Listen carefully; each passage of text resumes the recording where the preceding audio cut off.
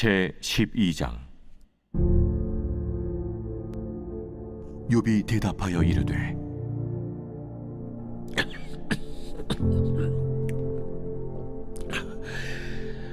너희만 참으로 백성이로구나. 너희가 죽으면 지혜도 죽겠구나. 나도 너희같이 생각이 있어. 너희만 못하지 아니하니 그 같은 일을 누가 알지 못하겠느냐. 하나님께 불러 아뢰어. 들으심을 입은 내가 이웃에게 웃음거리가 되었으니 의롭고 온전한 자가 조롱거리가 되었구나. 평안한 자의 마음은 재앙을 멸시하나 재앙이 실족하는 자를 기다리는구나. 강도의 장막은 형통하고 하나님을 진노하게 하는 자는 평안하니 하나님이 그의 손에 후히 주심이니라. 이제 모든 짐승에게 물어보라. 그것들이 내게 가르치리라. 공중의 새에게 물어보라. 그것들이 또한 내게 말하리라. 땅에게 말하라.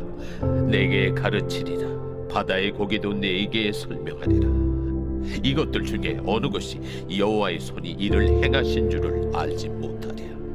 모든 생물의 생명과 모든 사람의 육신의 목숨이 다 그의 손에 있느니라.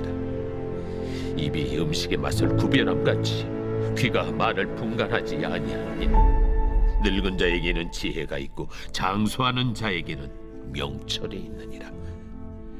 지혜와 권능이 하나님께 있고 계략과 명철도 그에게 속하였나니 그가 허르신즉 다시 세울 수 없고 사람을 가두신즉 놓아주지 못하느니라.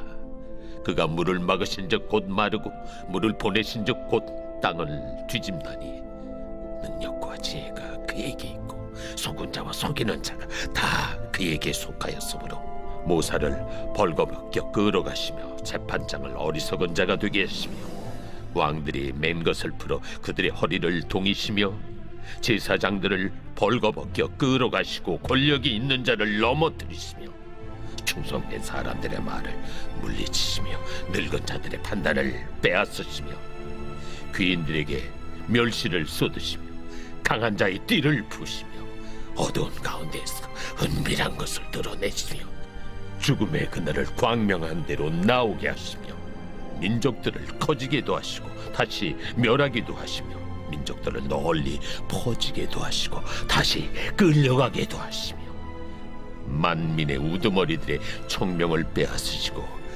그들을 길없는 거친 들에서 방황하게 하시며 빛없이 캄캄한 데를 더듬게 하시며 취한 사람같이 비틀거리게 하시느니라.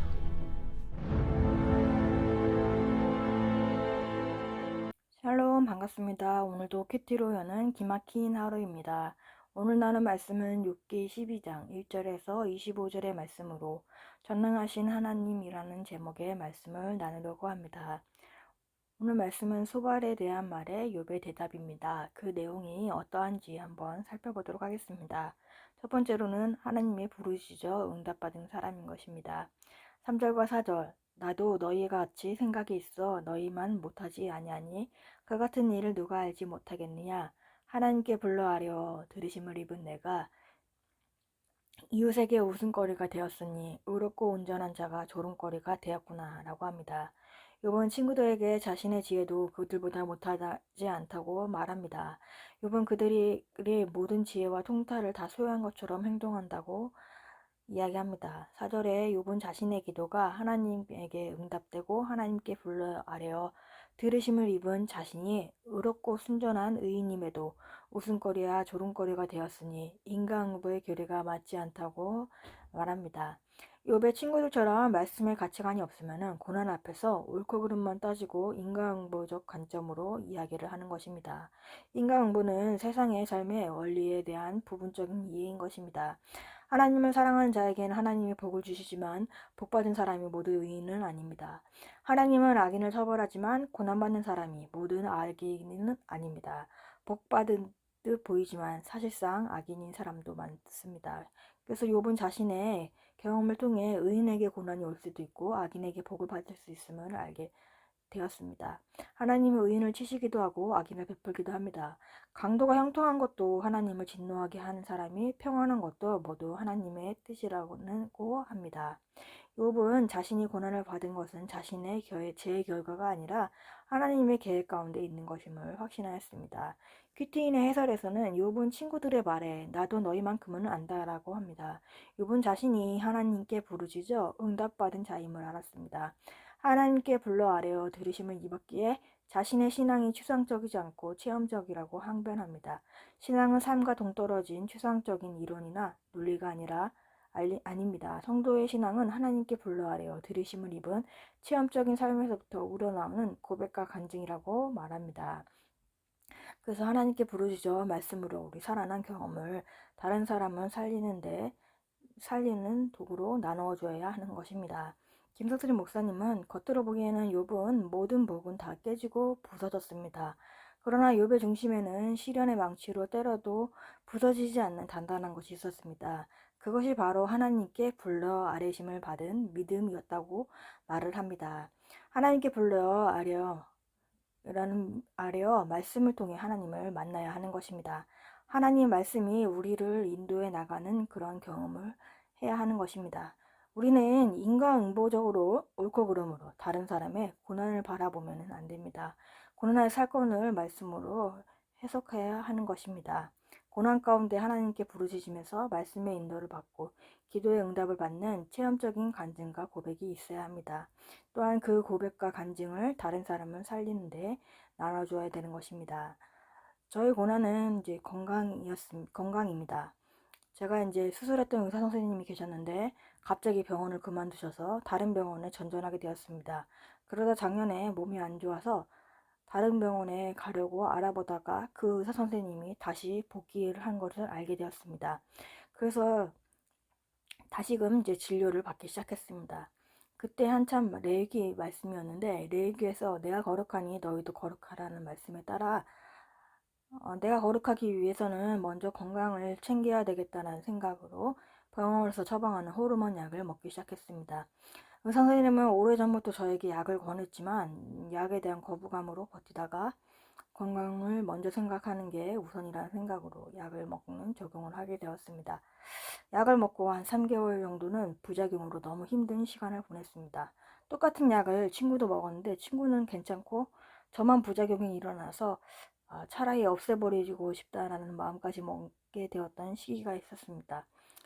그런데 또 그 시기를 또 지나고 나니 이제 약에 적응이 되어서 괜찮게 되었습니다. 그래서 지금까지도 먹고 있는 것입니다.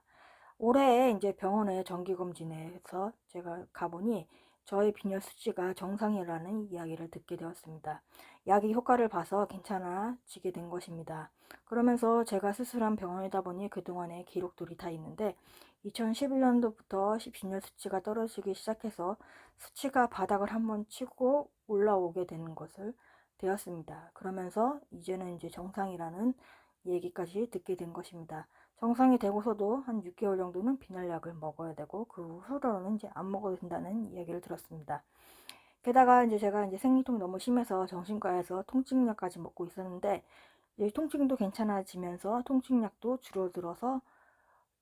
줄어들게 된 것입니다. 그래서 그 모든 것들을 이제 듣고서 나서의 말씀에 따르면은 참 제자이고 진리가 너희를 자유케 한다는 말씀이었습니다. 말씀에 따라 회개하고 순종하다 보니 말씀에 따라 자유함을 얻게 하신 것입니다. 하나님의 뜻과 계획 안에 있었다는 욥의 고백처럼에 따라 인정이 되는 것입니다. 그래서 제가 약을 안 먹고 스스로 버티면서 제 힘으로 저의 건강을 하려던 마음을 내려놓고 말씀에 따라서 순종함으로써 적용하게 하면 하였던 시간이었던 것입니다. 우리들도 삶 속에서 기도와 응답받고 말씀의 인도를 받는 경험들이 있기를 원합니다. 우리의 고난의 사건이 말씀으로 해석되고 깨닫는 경험들을 우리 모두 하기를 바랍니다. 적인 질문으로는 인간응보적인 관점으로 다른 사람의 고난을 바라보고 있지는 않습니까? 삶 속에서 하나님께 부르짖어서 기도 응답받거나 말씀에 응하게 된 경험이 있습니까? 두 번째로는 모든 것이 하나님의 손에 있음을 인정해야 하는 것입니다. 이것들 중에 어느 것이 여호와의 손이 이를 행하신 줄을 알지 못하여 모든 생명과 모든 사람의 육신의 목숨이 다 그의 손에 있느니라. 친구들에게 욥은 공중의 새와 땅의 짐승, 바다의 물고기에게 물어보라고 합니다. 하나님이 창조하신 모든 피조물에는 하나님의 뜻이 있는 것입니다. 인간의 지혜는 접근할 수 없다고 말하는 소발과 달리 욥은 하나님이 창조하신 지상의 창조물들도 이 지혜를 알고 있다고 말합니다. 모든 짐승과 공중의 새, 땅과 바다, 고기 등 모두 욥의 경험이 가르쳐주는 지혜를 알고 있는 것입니다. 하나님의 피조물들이 알고 있는 지혜는 바로 여호와의 손이 이를 행하셨다는 것입니다. 손이란 자기에게 맡겨진 권위를 의미하기 때문에 대적의 포악자의 악인의 등의 말로도 사용합니다. 주의 손이란 인간과 세상을 주관하는 창조주의 절대적인 권세를 의미합니다. 욥기에 나타난 주님의 손은 반드시 악한 자를 피하시는 능력으로만 나타나지 않습니다.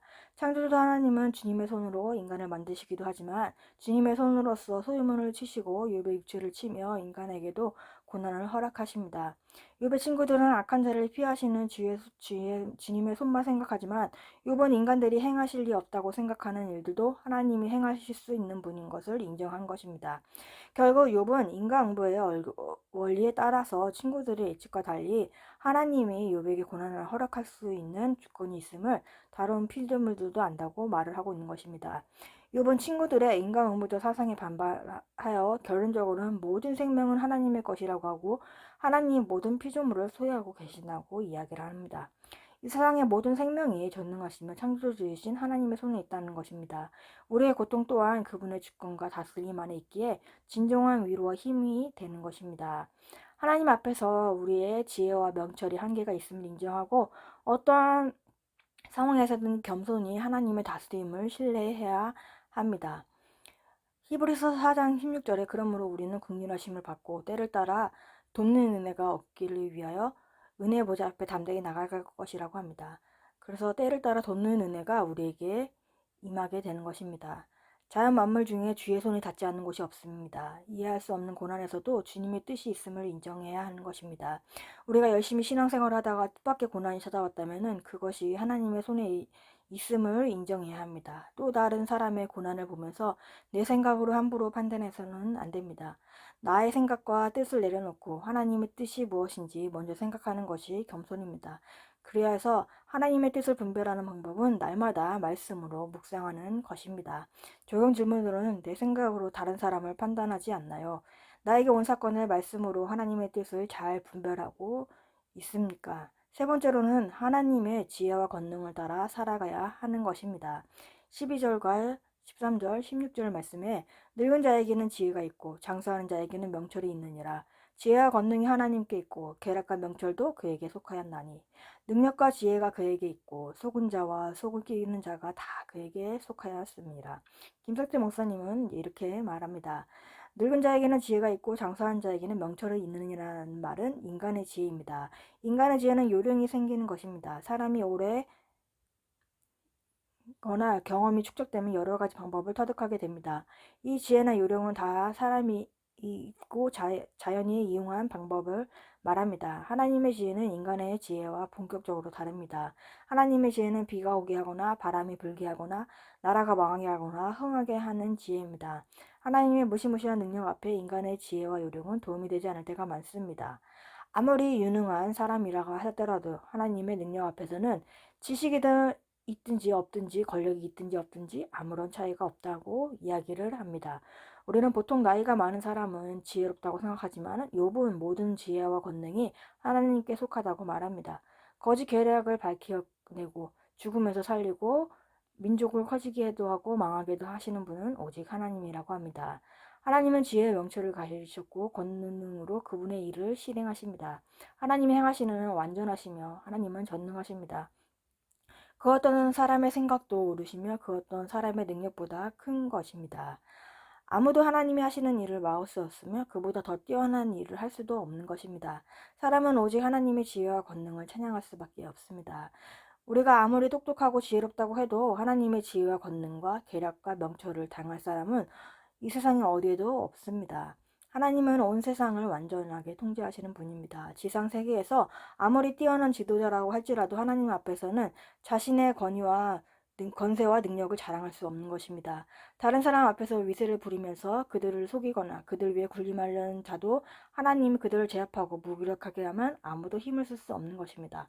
도저히 이해할 수 없는 일이 내게 닥쳐왔다면 그런 상황을 주신 하나님의 뜻이 무엇인지 겸손하게 묻고 기다리는 것이 지혜인 것입니다. 큐티인의 해설에서는 우리는 이제 하나님의 뜻을 내 힘으로 바꾸려는 것을 내려놓고 말씀을 겸손히 받아들여야 합니다. 어떠한 환경에서도 내가 말씀을 신뢰하고 의지하는 것이 하나님의 지혜와 능력으로 살아가는 비결이라고 말을 하고 있습니다. 인간의 지혜와 방법으로 하나님의 뜻을 거역하는 것은 시간 낭비인 것뿐입니다. 어떠한 환경에서도 하나님의 말씀을 의지하는 것이 지혜의 근본이신 하나님과 동행하는 것입니다. 하나님의 지혜는 사람과 비교할 수 없습니다. 우리는 오직 하나님의 주권을 인정하면서 그의 지혜와 권능을 찬양할 수밖에 없는 것입니다. 우리의 어떠한 환경에서도 하나님의 말씀을 신뢰하고 의지하면서 하나님의 지혜와 능력으로 살아가는 우리 모두가 되었으면 합니다. 적용 질문으로는 뜻밖의 고난을 겪을 때 내 생각대로 해결하려고 하지는 않나요? 지금 우리가 겪는 고난이 하나님의 뜻에 따른 것임을 인정하며 하나님의 지혜와 능력을 의지하고 있습니까?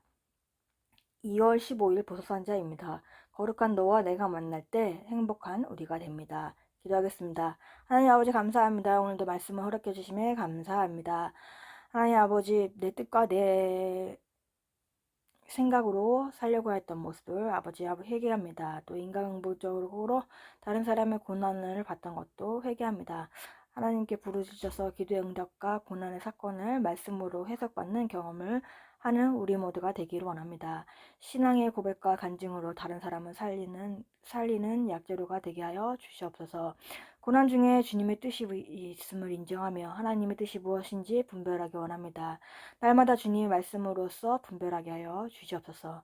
나의 생각과 방법을 내려놓고 겸손히 말씀에 순종하면서 나아가는 우리가 되기를 원합니다. 하나님의 말씀을 신뢰하고 의지하면서 하나님의 지혜와 능력으로 살아가는 우리의 하루가 되기를 원합니다.